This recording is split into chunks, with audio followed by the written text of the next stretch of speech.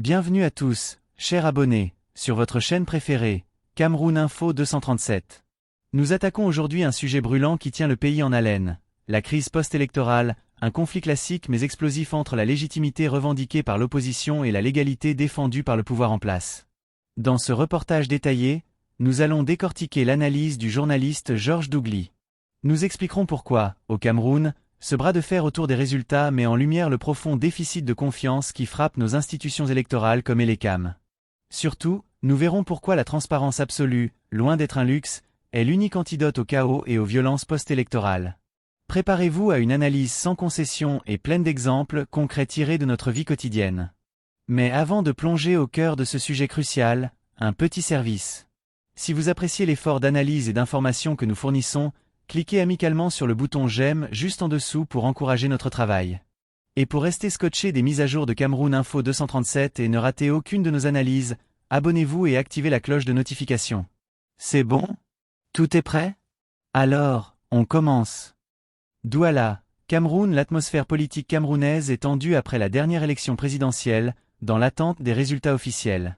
Au cœur de cette tempête, l'opposition, par la voix d'Issa Chiroma, nom d'emprunt dans cette analyse, représentant un candidat de l'opposition, a revendiqué la victoire, annonçant détenir les preuves, notamment les procès-verbaux, PV, tandis que le gouvernement en place s'en tient à la stricte application de la loi. Cette situation met en lumière un débat fondamental au Cameroun, celui de la légalité contre la légitimité. 1. La querelle du résultat, légalité vs. légitimité. Le journaliste camerounais Georges Dougli, ou l'auteur du texte, pose clairement le conflit, celui qui oppose la légitimité populaire à la légalité institutionnelle. La légitimité, revendiquée par l'opposition. Chiroma affirme avoir une majorité de suffrages exprimés en sa faveur, s'appuyant sur ses propres PV. En se déclarant vainqueur, il se drape de la légitimité populaire, l'idée qu'il est le choix du peuple. Exemple concret, dans la vie actuelle au Cameroun, après chaque scrutin, les réseaux sociaux se remplissent de photos de PV partagées par l'opposition et la société civile, souvent avant la proclamation officielle. Le but est de créer une vérité parallèle pour affirmer cette légitimité populaire, en dépit du cadre légal. La légalité, défendue par le pouvoir. Le gouvernement, lui, joue sur la légalité. Il rappelle que seul le Conseil constitutionnel est l'institution habilitée par la Constitution à annoncer le vainqueur. Respecter cette procédure est un impératif juridique. Exemple concret, cette démarche légale est perçue par le pouvoir comme un bouclier. Pour les régimes en place, c'est le respect des procédures qui garantit la stabilité, même si ces institutions, comme ELECAM ou le Conseil constitutionnel, sont perçues par une partie de l'opinion comme étant sous contrôle politique. L'auteur souligne que la légitimité n'a pas d'effet de droit sans la consécration légale. C'est pourquoi, pour l'opposition, la seule voie de sortie de cette impasse serait la pression internationale et la mobilisation populaire. 2. Le déficit de confiance, le véritable mal camerounais. Le point central de cette analyse est le grave déficit de confiance qui frappe les organismes en charge de l'élection, notamment ELECAM, Élections Cameroun, et le Conseil constitutionnel. L'auteur affirme que ces institutions pâtissent d'un grave déficit de confiance auprès de la population. Explication détaillée, ce déficit n'est pas nouveau.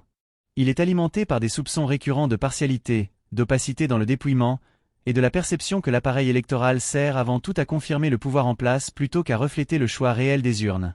Ce manque de foi dans l'arbitre rend toute décision légale suspecte aux yeux de l'opposition et d'une partie des citoyens. Conséquence sur la vie actuelle, sans confiance, le silence du gouvernement, qui est censé être un gage de sérénité légale, est interprété comme de l'opacité et une manœuvre. Par exemple, au lieu de voir l'attente des résultats comme un signe de sérieux, beaucoup y voient le temps nécessaire à ajuster les chiffres. 3. L'appel à la transparence absolue, l'antidote au chaos. Face à cette crise de confiance, la solution proposée est radicale, la transparence absolue, quitte à transgresser les procédures habituelles. L'auteur exhorte ELECAM à prendre des mesures spectaculaires pour restaurer la crédibilité. Point de presse quotidien, communiquer activement sur l'avancement des travaux. Ouverture totale, ouvrir grand les travaux à la presse nationale et internationale ainsi qu'à toutes sortes d'observateurs. Publication des PV. ELECAM devrait livrer ses propres procès-verbaux à la connaissance du public. Analyse de l'exemple. Cet appel vise à contrer le flux de fake news et d'informations non vérifiées qui inondent les smartphones après chaque élection.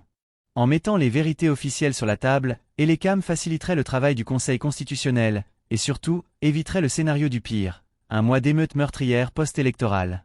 En conclusion, le message est humaniste et pragmatique. Aucune entorse de procédure ne vaut la vie d'un seul manifestant. Le journaliste rappelle que le peuple est le vrai patron et que le besoin de lumière et de vérité doit primer sur le respect procédural, surtout lorsque les institutions censées garantir ce respect souffrent d'un tel déficit de crédibilité. Le chemin de la paix passe par le déballage public de tous les PV, pour compter et recompter si nécessaire, en présence de toutes les parties.